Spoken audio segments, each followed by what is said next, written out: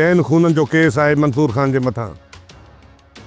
फर्ज़ कयो जेकॾहिं मां पंहिंजे भाउ जो खून उनखे बख़्श करे छॾियां, पोइ बि हू आज़ाद थी न सघंदो।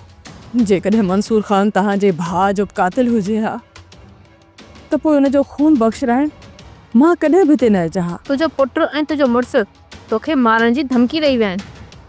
तूं छा थी सम्झी त उहा ख़ाली धमकी आहे या उहे को सख़्तु क़दम खणंदा?